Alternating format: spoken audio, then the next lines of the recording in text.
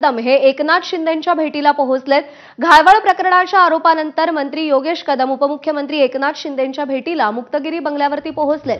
सचिन घायवळला शस्त्र परवानगीसाठी विशेष अधिकार वापरून परवानगी दिल्याचा आरोप करण्यात आलेला आहे आणि त्यानंतर आता योगेश कदम हे पोहोचलेले आहेत एकनाथ शिंदे यांची भेट घेण्यासाठी।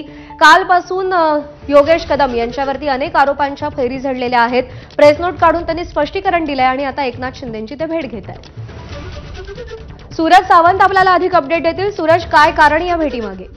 प्रज्ञा, नक्कीच आपण पाहतोय की सचिन घायवळ यांना विशेष अधिकार वापरून शस्त्र परवाना देण्यासंदर्भातलं जे पत्र होतं हे योगेश कदम यांचं बाहेर आल्यानंतर विरोधकांनी एकच टीकेची झोड उठवली होती। याआधी देखील सावली बारचं प्रकरण असेल किंवा रत्नागिरीतल्या रेती उपसा प्रकरण असेल आणि त्यानंतर आज सचिन घायवळ याला शस्त्र परवाना दिल्यानंतर कुठेतरी अडचणीत योगेश कदम हे आल्याचं पाहायला मिळतात आणि यावरूनच आता मुख्यमंत्री यांच्या भेटीसाठी योगेश कदम गेलेले आहेत। कारण या संपूर्ण प्रकरणांमुळेच कुठेतरी पक्षाची प्रतिमा ही तर मलिन होतच आहे।